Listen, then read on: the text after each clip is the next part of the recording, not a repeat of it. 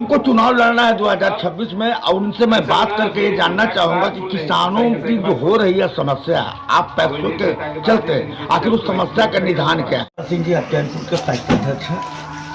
2026 में आपको चुनाव लड़ना है। आपको टुडे बिहार न्यूज में स्वागत है। इसके लिए आपका धन्यवाद कि आप चल कर हमारे पंचायत और पैक्स में आए।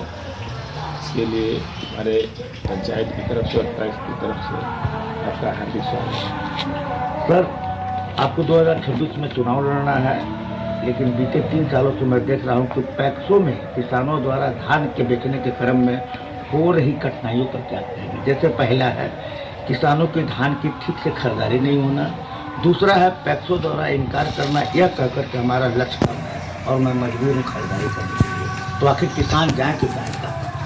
लक्ष्य की बात की है, बहुत अच्छी बात की है। लक्ष्य का जहाँ तक सवाल है, इस बार बिहार सरकार द्वारा प्रत्येक जिला का, पूरे बिहार की मैं बात कर रहा हूँ, प्रत्येक जिला का लक्ष्य का निर्धारण जो किया गया है, आवंटन वो कम कर दिया गया। और अभी हमारे बिहार सरकार के सहकारिता मंत्री आए थे रोहतास में, और रोहतास में उन्होंने मीडिया के माध्यम से कहा कि पैदावार अधिक है और लक्ष्य कम है। और मैं पैक्स अध्यक्ष से कहूँगा कि जो आपका लक्ष्य निर्धारित है उस लक्ष्य की खरीदारी करें। जो अन्यथा किसान जिसे 50,000 किसान रजिस्टर्ड हैं, 50,000 रजिस्टर्ड हैं और धान क्रय करने की क्षमता पैक्सों को आधा भी नहीं है, तो 25,000 किसान जाएंगे कहाँ?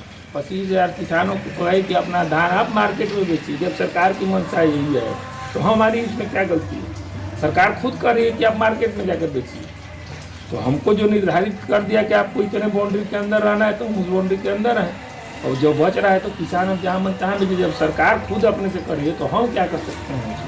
हमारी तो इच्छा है कि हमारे पंचायत के एक किसानों का दाम हमारे सरकार के समर्थन मूल्य पर हमारे पैक्स में आए कि मेरे पंचायत के किसानों को अत्यधिक लाभ मिल सके। लेकिन किसान को लाभ देने वाला कोई नहीं है। सरकार कहीं से भी किसानों के हित में कभी भी नहीं सोचती है। आप युवा हैं, शिक्षित हैं, देश युवाओं पर चलता है। पहले हमको ये बात बताइए, केंद्र सरकार की गृह मंत्री सहकारिता के लिए तरह तरह की बात हो गई। ये दो बातें कहाँ पर हो गई? तो कलर में आपका छत्तीसगढ़ है, वहाँ तो बिहार में इसका समस्या है क्या है? अगर विगत वर्षों को देखा जाए तो बगल के राज्य उत्तर प्रदेश में मिला था बोनस, हमारे यहाँ बोनस के लिए कहा गया, लेकिन सरकार द्वारा बोल दिया गया, लेकिन किसी को बोनस नहीं मिला। छत्तीसगढ़ हो, चाहे पंजाब हो, चाहे महाराष्ट्र हो, चाहे हरियाणा हो, हर जगह जो सरकार है वो अपना देखे। लेकिन हमारे बिहार में केवल छल और छलावा की सरकार है। किसानों के कहीं से हित की बात नहीं करती है, किसानों को लुटता है। और सबसे बड़ी समस्या और पैक्स के साथ एक और है, डीजल देखिए, विगत 2012 में क्या कई रुपये लीटर था और 2025 चल रहा है कई रुपये लीटर है।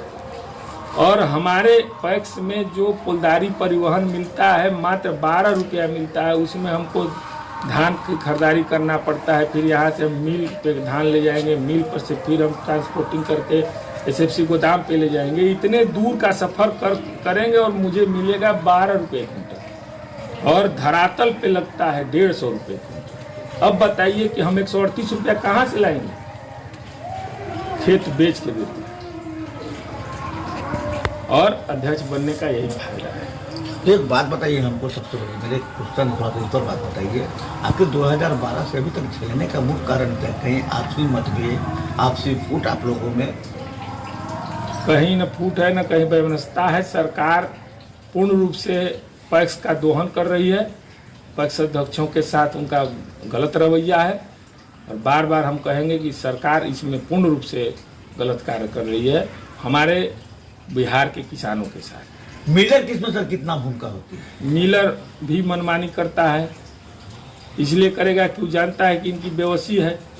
एक मिल है, 10 लोग हम हैं, कभी उनका चावल देगा, कभी उनका देगा, कभी हमारा धान नहीं उठाएगा, कभी उनका उठाएगा। तो मिलर तो अपनी मनमानी करके करेगा। उसमें वो तो समझ, जो दुनिया है समय का फायदा लेती है। तो मिलर का एक ज़माना है, मिलर मजा ले रहा है। जितने अरबा प्लांट बने हैं, करोड़ों करोड़ों, हमारे जिला के कई करोड़ अरब में कहिए मिलें बंद पड़ी हुई हैं, प्राइवेट मिलें बंद पड़ी हैं। हमारे यहाँ 250 मिल टैगिंग होता था SFC से, आज 15 सिमट के रह गया है। और ऊपर से सरकार क्या की है कि हमारे ज़िले में 10-12 पैक्स की मिले हैं, उनसे 100% अरवा लेता है और बकाया पैक्स को कहता है कि नहीं आप 100% उसीना जमा करो। उसकी दोहरी नीति है सरकार, यही उनका रवैया है।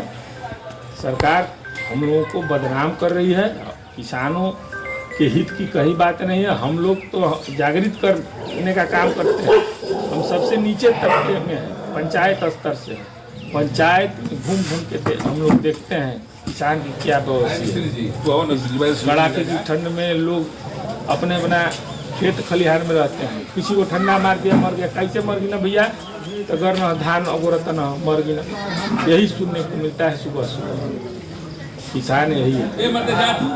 इसका समाधान थोड़ा सा 2 मिनट में बता दीजिए कि सरकार अगर ऐसा चाहेगी तो कैसा चाहेगी सरकार, ताकि पैसों का भी निवारण हो सके, किसानों का भी निवारण हो सके। सबसे पहले तो जितना पैसा चाहिए पैक्स को उतना मिलता नहीं है, मिलता भी है तो अस्पताल में मिला, धान को लेना है 5000 क्विंटल, तो पहले पैसा नहीं देती है सरकार, कम देती है, और बाद में जब लास्ट समय आता है तो पैसा देती है कि नहीं धान खरीदो, तब तक किसान मार्केट में बेचती होते हैं, किसान को उसमें कोई बेनिफिट नहीं है। तो चुनाव लड़ना 2026 में किसान मतदाताओं को लिए क्या सोच?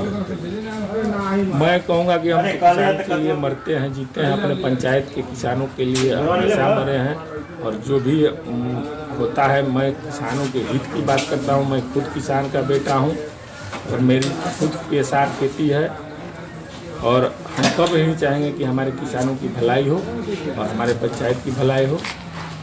तो चुनाव अपनी जगह है, चुनाव में अगर मेरा कर्म अच्छा रहेगा तो फिर से जनता देखेगी।